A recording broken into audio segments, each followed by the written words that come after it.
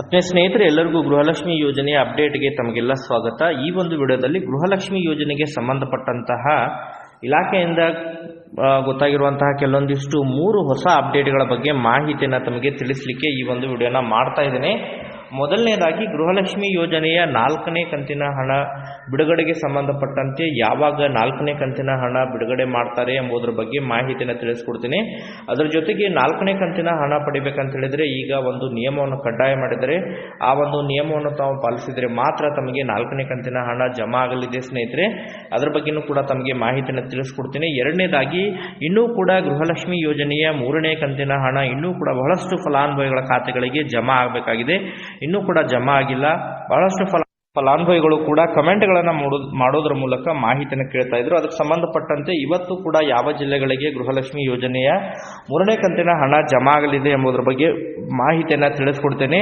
Next, ಮೂರನೇದಾಗಿ, ಈ ಗೃಹಲಕ್ಷ್ಮಿ ಯೋಜನೆಯ 1 ಕಂತು ಹಣ ಜಮಾ ಆಗದೇ ಇರುವಂತಹ ಫಲಾನುಭವಿಗಳ ಸಂಖ್ಯೆನೂ ಕೂಡ ಅತಿ ಹೆಚ್ಚಾಗಿದ್ದು ಅವರು ಕೂಡ ಕಮೆಂಟ್ಗಳನ್ನು ಕೂಡ ಮಾಡ್ತಾ ಇದ್ರು, ನಮಗೆ ಇನ್ನೂ ಕೂಡ 1ನೇ ಕಂತಿನ ಹಣನೇ ಜಮಾ ಆಗಿಲ್ಲ, 2ನೇ ಕಂತಿನ ಹಣನೇ ಜಮಾ ಆಗಿಲ್ಲ ಎಂಬುದರ ಬಗ್ಗೆ.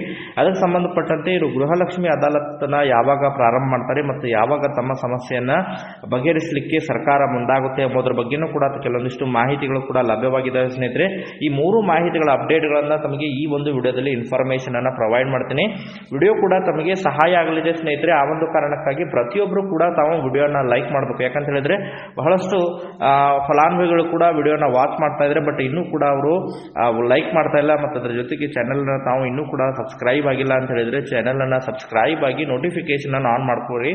ಇದರಿಂದ ನಿಮಗೆ ನಾವು ಹಾಕ್ತಾ ಇರುವಂತಹ ಪ್ರತಿಯೊಂದು ಮಾಹಿತಿಗಳ ಅಪ್ಡೇಟ್ಗಳು ಕೂಡ ತಮಗೆ ದೊರಕ್ತಾ ಇರ್ತಾವೆ ಸ್ನೇಹಿತರೆ. ಹಾಗಾದ್ರೆ ಬನ್ನಿ ಸ್ನೇಹಿತರೆ, ಇವತ್ತಿನ ಈ ಒಂದು ವಿಡಿಯೋನ ಪ್ರಾರಂಭಿಸೋಣ. ಸ್ನೇಹಿತರೆ, ಮೊದಲನೇದಾಗಿ ಗೃಹಲಕ್ಷ್ಮಿ ಯೋಜನೆಯ 4ನೇ ಕಂತಿನ ಹಣ ಬಿಡುಗಡೆಗೆ ಸಂಬಂಧಪಟ್ಟಂತೆ ಮಾಹಿತಿಯನ್ನು ಹೇಳೋದಾದರೆ, ಇನ್ನೂ ಕೂಡ ಯಾರಿಗೂ ಕೂಡ ಗೃಹಲಕ್ಷ್ಮಿ ಯೋಜನೆಯ 4ನೇ ಕಂತಿನ ಹಣವನ್ನು ಇನ್ನೂ ಕೂಡ ಜಮಾ ಮಾಡಿಲ್ಲ. ಬಟ್ ಬಂದಿರುವಂತಹ ಮಾಹಿತಿ ಪ್ರಕಾರ ಹೇಳೋದಾದರೆ ಈಗಾಗಲೇ ಫೈನಾನ್ಷಿಯಲ್ ಡಿಪಾರ್ಟ್ಮೆಂಟ್ ಮೂಲಕ, FD ಮೂಲಕ, ಖಜಾನೆ ಮೂಲಕ ಮಹಿಳಾ ಮತ್ತು ಮಕ್ಕಳ ಕಲ್ಯಾಣ ಇಲಾಖೆಗೆ ಈಗಾಗಲೇ ಹಣ ವರ್ಗಾವಣೆ ಆಗಿರೋ ಬಗ್ಗೆ ಮಾಹಿತಿಗಳು ಕೂಡ ಲಭ್ಯವಾಗಿದ್ದಾವೆ ಸ್ನೇಹಿತರೆ. ಸುಮಾರು 2400 ಕೋಟಿ ರೂಪಾಯಿಗಳನ್ನು 4ನೇ ಕಂತಿನ ಹಣಕ್ಕಾಗಿ ಈಗಾಗಲೇ ಮೀಸಲಿಡಲಾಗಿದೆ ಎಂಬುದರ ಬಗ್ಗೆ ಮಾಹಿತಿಗಳು ಕೂಡ ಗೊತ್ತಾಗ್ತಾ ಇದ್ದಾವೆ ಸ್ನೇಹಿತರೆ. ಡಿಸೆಂಬರ್ 15ನೇ ತಾರೀಕಿನ ನಂತರ ಗೃಹಲಕ್ಷ್ಮಿ ಯೋಜನೆಯ 4ನೇ ಕಂತಿನ ಹಣವನ್ನು ಜಮಾ ಮಾಡಲಾಗುವುದು ಎಂಬುದರ ಬಗ್ಗೆ ಮಾಹಿತಿಗಳು ಕೂಡ ಗೊತ್ತಾಗ್ತಾ ಇದ್ದಾವೆ. ಅದರ ಜೊತೆಗೆ ಈ ಹಿಂದೆ ಆರ್ಥಿಕ ಇಲಾಖೆಯಿಂದ ಗೈಡ್ಲೈನ್ಸ್ ಅನ್ನು ಕೊಟ್ಟಿದ್ರು, 15ರಿಂದ 20ನೇ ತಾರೀಕಿನ ಒಳಗಾಗಿ ಆಯಾ ಒಂದು ಫಲಾನುಭವಿಗಳ ಖಾತೆಗಳಿಗೆ ಹಣವನ್ನು ಜಮಾ ಮಾಡಬೇಕು. ಆ ಒಂದು ನಿಯಮವನ್ನು ಈ ತಿಂಗಳಿನಿಂದ ಅದನ್ನ ಅನ್ವಯ ಮಾಡ್ತಾರೆ ಎಂಬುದರ ಬಗ್ಗೆ ಮಾಹಿತಿಗಳು ಕೂಡ ಗೊತ್ತಾಗ್ತಾ ಇದ್ದಾವೆ ಸ್ನೇಹಿತರೆ. ಈ ಗವರ್ನೆನ್ಸ್ನ 2 ಲಾಗಿನ್ಗಳ ಮೂಲಕ ಇನ್ನು ಮುಂದೆ ಹಣವನ್ನು ಜಮಾ ಮಾಡ್ತಾರೆ. ಈ ಹಿಂದೆ ಈಗ ಹಣ ಜಮಾ ಆಗ್ತಾ ಇದೆ, 3ನೇ ಕಂತಿನ ಹಣ ಏನು ಜಮಾ ಆಗ್ತಾ ಇದೆ, ಈ ಒಂದು 3ನೇ ಕಂತಿನ ಹಣ ಪ್ರತಿ ದಿನಾನೂ ಕೂಡ 5ರಿಂದ 6 ಲಕ್ಷ ಫಲಾನುಭವಿಗಳ ಖಾತೆಗಳಿಗೆ ಜಮಾ ಆಗ್ತಾ ಇದೆ. ಹಣ ಜಮಾ ಆಗ್ಬೇಕಂತ ಹೇಳಿದ್ರೆ ಒಟ್ಟಾರೆಯಾಗಿ 1,10,00,000 ಫಲಾನುಭವಿಗಳಿಗೆ ಹಣ ಜಮಾ ಆಗ್ಬೇಕಂತ ಹೇಳಿದ್ರೆ ಸುಮಾರು 20ರಿಂದ 25 ದಿನಗಳ ಕಾಲಾವಕಾಶ ತೆಗೆದುಕೊಳ್ತಾ ಇದೆ. ಬಟ್ ಇನ್ನು ಮುಂದೆ 4ನೇ ಕಂತಿನ ಹಣವನ್ನು ಜಮಾ ಮಾಡ್ತಾರೆ, ಅದನ್ನ 15ನೇ ತಾರೀಕಿಗೆ ಸ್ಟಾರ್ಟ್ ಮಾಡಿ 20 ಅಥವಾ 22ನೇ ತಾರೀಕಿನ ಒಳಗಾಗಿ ಎಲ್ಲ ಫಲಾನುಭವಿಗಳ ಖಾತೆಗಳಿಗೆ ಅದನ್ನ ಜಮಾ ಮಾಡ್ತಾರೆ. ಈ ಗವರ್ನೆನ್ಸ್ನ 2 ಲಾಗಿನ್ ಮೂಲಕ ನೇರವಾಗಿ ಆಯಾ ಫಲಾನುಭವಿಗಳ ಖಾತೆಗೆ ನೇರು ನಗದು ವರ್ಗಾವಣೆ ಮೂಲಕ ಹಣವನ್ನು ಜಮಾ ಮಾಡ್ತಾರೆ. ತಮಗೆ 5ರಿಂದ 6 ದಿನಗಳ ಒಳಗಾಗಿ ಎಲ್ಲ ಫಲಾನುಭವಿಗಳ ಖಾತೆಗಳಿಗೆ ಯಾರೆಲ್ಲ ಈಗಾಗಲೇ 1ನೇ ಕಂತು, 2ನೇ ಕಂತು ಮತ್ತು 3ನೇ ಕಂತಿನ ಹಣವನ್ನು ತಾವು ಪಡ್ಕೊಂಡಿದ್ರಿ, ತಮಗೆ 15ರಿಂದ 20ನೇ ತಾರೀಕಿನ ಒಳಗಾಗಿ 4ನೇ ಕಂತಿನ ಹಣ ತಮ್ಮ ಖಾತೆಗಳಿಗೆ ಜಮಾ ಆಗುತ್ತೆ ಎಂಬುದರ ಬಗ್ಗೆ ಮಾಹಿತಿಯನ್ನು ಇಲಾಖೆಯಿಂದ ಕೂಡ ಕೆಲವೊಂದಿಷ್ಟು ಮಾಹಿತಿಗಳು ಕೂಡ ಲಭ್ಯವಾಗಿದ್ದಾವೆ ಸ್ನೇಹಿತರೆ. ಓಕೆ, ಈಗ ಎರಡನೇದಾಗಿ ಗೃಹಲಕ್ಷ್ಮಿ ಯೋಜನೆಯ 4ನೇ ಕಂತಿನ ಹಣವನ್ನು ತಾವು ಪಡಿಬೇಕಂತ ಹೇಳಿದ್ರೆ ಒಂದು ನಿಯಮ ಈಗ ಕಡ್ಡಾಯವಾಗಿದೆ ಸ್ನೇಹಿತರೆ. ಏನಪ್ಪಾ ಅಂತ ಹೇಳಿದ್ರೆ, ತಮ್ಮ ಒಂದು ಕೇಂದ್ರ ಸರ್ಕಾರದಿಂದ ಒಂದು ಹೊಸ ನಿಯಮ ಈಗಾಗಲೇ ಜಾರಿಗೆ ಬಂದಿರುವಂತಹ ಕಾರಣಕ್ಕಾಗಿ ಆಧಾರ್ ಕಾರ್ಡ್ ಅನ್ನ ತಾವು ಅಪ್ಡೇಟ್ ಅನ್ನ ಮಾಡಿಸಬೇಕಾಗುತ್ತೆ. ಯಾರೆಲ್ಲ ಈಗಾಗಲೇ ಆಧಾರ್ ಕಾರ್ಡ್ ಅನ್ನ ಪಡೆದುಕೊಂಡು ಸುಮಾರು 10 ವರ್ಷಗಳ ಕಳೆದಿದ್ದಾವೆ, 10 ವರ್ಷ ಆಗಿದಾವೆ ಅಂತ ಹೇಳಿದ್ರೆ ತಮ್ಮ ಒಂದು ಆಧಾರ್ ಕಾರ್ಡ್ ಅನ್ನ ತಾವು 10 ವರ್ಷದ ಒಳಗೆ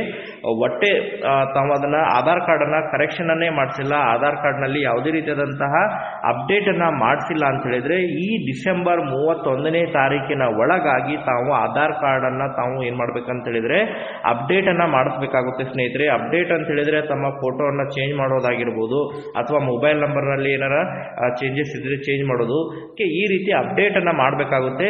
ಅದನ್ನು ಡಿಸೆಂಬರ್ 31ನೇ ತಾರೀಕಿನ ಒಳಗಾಗಿ ತಾವು ಅಪ್ಡೇಟನ್ನು ಮಾಡಿಸಬೇಕು. ಅದು ಕೂಡ ತಮಗೆ ಫ್ರೀ ಆಗಿರುತ್ತೆ. ಡಿಸೆಂಬರ್ 31ನೇ ತಾರೀಕಿನ ಒಳಗೆ ಯಾವುದೇ ರೀತಿಯಾದಂತಹ ಅಪ್ಡೇಟನ್ನು ಮಾಡಲಿಕ್ಕೆ ಚಾರ್ಜಸನ್ನು ಅಪ್ಲೈ ಮಾಡೋಂಗಿಲ್ಲ. ಯಾವ ರೀತಿ ಪ್ಯಾನ್ ಕಾರ್ಡಿಗೆ ಕೊಟ್ಟಿದ್ರು ಅಪ್ಡೇಟ್ ಮಾಡಲಿಕ್ಕೆ ಕೊಟ್ಟಿದ್ರು ಆ ರೀತಿ ಇದು ಕೂಡ ಡಿಸೆಂಬರ್ 31ನೇ ತಾರೀಕಿನ ಒಳಗಾಗಿ ತಾವು ಅಪ್ಡೇಟನ್ನು ಮಾಡಿಸ್ಬೇಕು ಫ್ರೀಯಾಗಿ. ಇನ್ ಕೇಸ್ ತಾವು ಅಪ್ಡೇಟನ್ನು ಮಾಡಿಸ್ಲಿಲ್ಲಪ್ಪ ಅಂತ ಹೇಳಿದರೆ ತಮ್ಮ ಒಂದು ಆಧಾರ್ ಕಾರ್ಡನ್ನು ಕೂಡ ಸ್ಥಗಿತ ಮಾಡುವಂತಹ ಸಾಧ್ಯತೆಗಳಿದಾವೆ ಸ್ನೇಹಿತರೆ. ಆದಷ್ಟು ಶೀಘ್ರದಲ್ಲಿ ತಾವು ಇನ್ ಕೇಸ್ ಇದು ಯಾರಿಗೆ ಅಂತ ಹೇಳಿದರೆ ಯಾರೆಲ್ಲ 10 ವರ್ಷದ ಒಳಗೆ ತಮ್ಮ ಒಟ್ಟು ಆಧಾರ್ ಕಾರ್ಡನ್ನು ತಾವು ಒಟ್ಟು ಒಂದು ಸತನ್ನು ತಾವು ಅಪ್ಡೇಟ್ ಮಾಡಿಲ್ಲಪ್ಪ ಅಂತ ಹೇಳಿದ್ರೆ ಮಾತ್ರ ಇದನ್ನು ಮಾಡಬೇಕಾಗುತ್ತೆ. ತಾವು 10 ವರ್ಷದ ಒಳಗೆ ಏನಾರು ಅಪ್ಡೇಟನ್ನು ಮಾಡಿಸಿದ್ರೆ ಹೆಸರು ಚೇಂಜ್ ಆಗಿರ್ಬೋದು, ಸ್ಪೆಲ್ಲಿಂಗ್ ಚೇಂಜ್ ಆಗಿರ್ಬೋದು ಅಥವಾ ಮೊಬೈಲ್ ನಂಬರ್ ಚೇಂಜಸ್ ಏನಾರು ಮಾಡಿದರೆ ಖಂಡಿತವಾಗಿ ಕೂಡ ಅದು ಅಪ್ಡೇಟ್ ಆಗಿರುತ್ತೆ. ಮತ್ತೆ ತಾವು ಮಾಡುವಂತಹ ಅಪ್ಡೇಟನ್ನು ಮಾಡುವಂಥ ಅವಶ್ಯಕತೆ ಇರೋಂಗಿಲ್ಲ ಸ್ನೇಹಿತರೆ. ಈಗ ತಮ್ಮ ಒಂದು ಆಧಾರ್ ಕಾರ್ಡ್ನಲ್ಲಿ ತಾವು ಎಷ್ಟು ವರ್ಷ ಆಗಿದೆ ಅದು ಆಧಾರ್ ಕಾರ್ಡನ್ನು ಪಡೆದುಕೊಂಡು ಎಂಬುದರ ಬಗ್ಗೆ ತಾವು ಚೆಕ್ ಮಾಡ್ಬೇಕಂತ ಹೇಳಿದ್ರೆ ತಮ್ಮ ಒಂದು ಆಧಾರ್ ಕಾರ್ಡ್ನಲ್ಲೇ ಅಲ್ಲಿ ತಮ್ಮ ಹೆಸರು ಕೆಳಗಿರುವಂತಹ ಒಂದು ಅಡ್ರೆಸ್ ಕೆಳಗೆ ಇಶ್ಯೂಡ್ ಡೇಟ್ ಇದೆ. ಆ ಇಶ್ಯೂಡ್ ಡೇಟನ್ನು ತಾವು ನೋಡಿ ತಮ್ಮ ಒಂದು ಇಶ್ಯೂ ಡೇಟ್ ಏನಿದೆ 2003 ಇದೆ, 2002 ಇದೆ, ಅದನ್ನು ಒಂದು ಸತ ಚೆಕ್ ಮಾಡಿಕೊಂಡು ಇಶ್ಯೂ ಡೇಟನ್ನು ಕಂಪೇರ್ ಮಾಡಿಕೊಂಡು ಪ್ರೆಸೆಂಟ್ ಈಗ ಇಯರನ್ನು ಕಂಪೇರ್ ಮಾಡಿ ಅದನ್ನು ಮೈನಸ್ ಮಾಡಿದರೆ ತಮಗೆ ಎಷ್ಟು ವರ್ಷ ಆಗಿದೆ ಎಂಬುದರ ಬಗ್ಗೆ ತಮಗೆ ಮಾಹಿತಿ ಗೊತ್ತಾಗುತ್ತೆ. 10 ವರ್ಷದ ಒಳಗಿದ್ರೆ ತಾವು ಅಪ್ಡೇಟ್ ಮಾಡುವಂತಹ ಅವಶ್ಯಕತೆ ಇಲ್ಲ ಸ್ನೇಹಿತರೆ. 10 ವರ್ಷ ಮೀರಿದ್ರೆ ಮಾತ್ರ ತಾವು ಅಪ್ಡೇಟ್ ಮಾಡಿಸ್ಬೇಕು. ಅಂದರೆ ಮಾತ್ರ ತಮಗೆ ಈ ಒಂದು ಆಧಾರ್ ಕಾರ್ಡ್ ಚಾಲ್ತಿಯಲ್ಲಿರುತ್ತೆ ಮತ್ತು ಗೃಹಲಕ್ಷ್ಮಿ ಹಣನೂ ಕೂಡ ತಮ್ಮ ಖಾತೆಗಳಿಗೆ ಜಮಾ ಆಗ್ತಾ ಇರುತ್ತೆ ಸ್ನೇಹಿತರೆ. ಈಗ ಎರಡನೇದಾಗಿ ಗೃಹಲಕ್ಷ್ಮಿ ಯೋಜನೆಯ ಒಂದು ಕಂತು ಹಣ ಜಮಾ ಆಗದೇ ಇರುವಂತಹ ಫಲಾನುಭವಿಗಳಿಗೆ ಸಂಬಂಧಪಟ್ಟಂತೆಯೂ ಕೂಡ ಮಾಹಿತಿಯನ್ನು ತಿಳಿಸ್ತೀನಿ. ಯಾಕಂತ ಹೇಳಿದ್ರೆ ನನ್ನ ಒಂದು ಪ್ರತಿಯೊಂದು ವಿಡಿಯೋದಲ್ಲೂ ಕೂಡ ಅವರು ಕಮೆಂಟ್ಗಳನ್ನು ಮಾಡೋದ್ರ ಮೂಲಕ ಮಾಹಿತಿಯನ್ನು ಕೇಳ್ತಾ ಇದ್ರು. ಸರ್, ನಮಗೆ ಇನ್ನೂ ಕೂಡ ಗೃಹಲಕ್ಷ್ಮಿ ಯೋಜನೆಯ ಒಂದು ಕಂತು ಹಣ ನಮ್ಮ ಖಾತೆಗೆ ಜಮಾ ಆಗಿಲ್ಲ, ನಮ್ಮ ಒಂದು ಮಾಹಿತಿ ಎಲ್ಲ ಕೂಡ ಸರಿಯಾಗಿದ್ದರೂ ಕೂಡ ಇನ್ನೂ ಕೂಡ ಹಣ ಜಮಾ ಆಗ್ತಾ ಇಲ್ಲ ಎಂಬುದರ ಬಗ್ಗೆ ಮಾಹಿತಿಯನ್ನು ಕೇಳ್ತಾ ಇದ್ರು. ಸೊ ಅದಕ್ಕೆ ಸಂಬಂಧಪಟ್ಟಂತೆ ಈಗಾಗಲೇ ಅನೇಕ ತಾಂತ್ರಿಕ ಕಾರಣಗಳಿಂದ ಅವರಿಗೆ ಹಣ ಜಮಾ ಮಾಡಲಿಕ್ಕೆ ಸಾಧ್ಯ ಆಗ್ತಾ ಇಲ್ಲ ಎಂಬುದರ ಬಗ್ಗೆ ಇನ್ನು ಇಲಾಖೆಯವರು ಹೇಳ್ತಾ ಇದ್ದಾರೆ. ಬಟ್ ಇಲ್ಲಿ ಫಲಾನುಭವಿಗಳು ನಮ್ಮ ಮಾಹಿತಿ ಎಲ್ಲ ಸರಿಯಾಗಿದೆ ಆದರೂ ಕೂಡ ನಮಗೆ ಹಣ ಜಮಾ ಆಗ್ತಾ ಇಲ್ಲ ಎಂಬುದರ ಬಗ್ಗೆ ಹೇಳ್ತಾ ಇದ್ರು.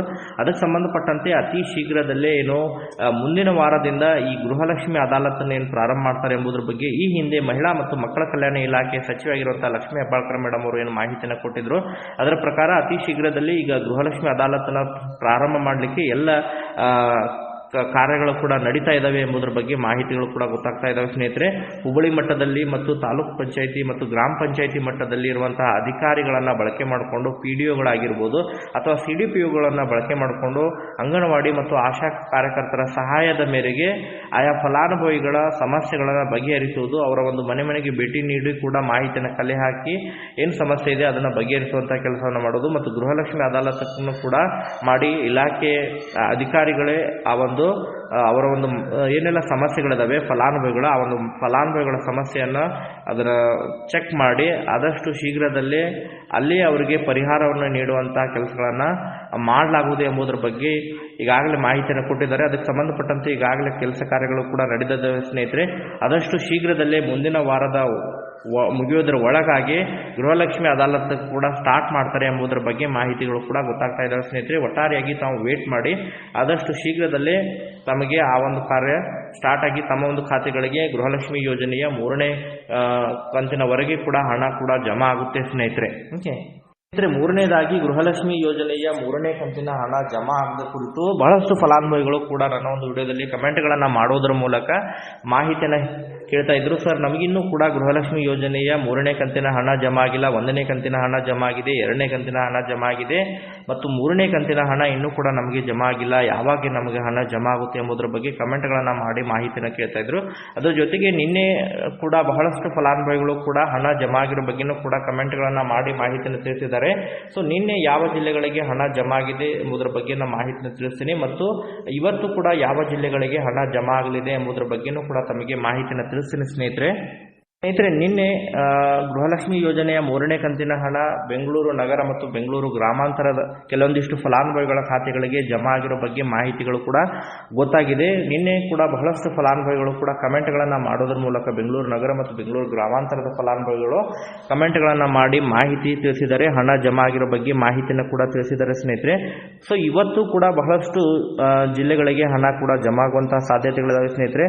ಸೊ ಯಾವ ಜಿಲ್ಲೆಗಳಿಗೆ ಹಣ ಜಮಾ ಆಗಲಿದೆ ಎಂಬುದರ ಬಗ್ಗೆ ತಮಗೆ ಮಾಹಿತಿಯನ್ನು ಹೇಳೋದಾದರೆ, ರಾಮನಗರ ಆಗಿರ್ಬೋದು, ನೆಕ್ಸ್ಟ್ ವಿಜಯಪುರ ಆಗಿರ್ಬೋದು, ಮತ್ತು ಶಿವಮೊಗ್ಗ ಆಗಿರ್ಬೋದು, ಧಾರವಾಡದ ಕೆಲವೊಂದಿಷ್ಟು ತಾಲೂಕುಗಳಾಗಿರ್ಬೋದು, ನೆಕ್ಸ್ಟ್ ಗದಗ, ಕೋಲಾರ, ಕೊಪ್ಪಳ, ಹಾವೇರಿ ಮತ್ತು ಕೊಡಗು, ಶಿವಮೊಗ್ಗ ಈ ರೀತಿ ಜಿಲ್ಲೆಗಳಿಗೆ ಹಣ ಇವತ್ತು ಕೂಡ ಅವರ ಕೆಲವೊಂದಿಷ್ಟು ತಾಲೂಕುಗಳಿಗೆ ಈಗಾಗಲೇ ಹಣ ಜಮಾ ಆಗಿರೋ ಬಗ್ಗೆ ಮಾಹಿತಿ ಗೊತ್ತಾಗಿದೆ. ಇನ್ನೂ ಕೂಡ ಕೆಲವೊಂದಿಷ್ಟು ತಾಲೂಕುಗಳಿಗೆ ಹಣ ಜಮಾ ಆಗಬೇಕಾಗಿದೆ. ಅದು ಕೂಡ ಇವತ್ತು ಕೂಡ ಹಣ ಜಮಾ ಆಗಲಿದೆ ಸ್ನೇಹಿತರೆ.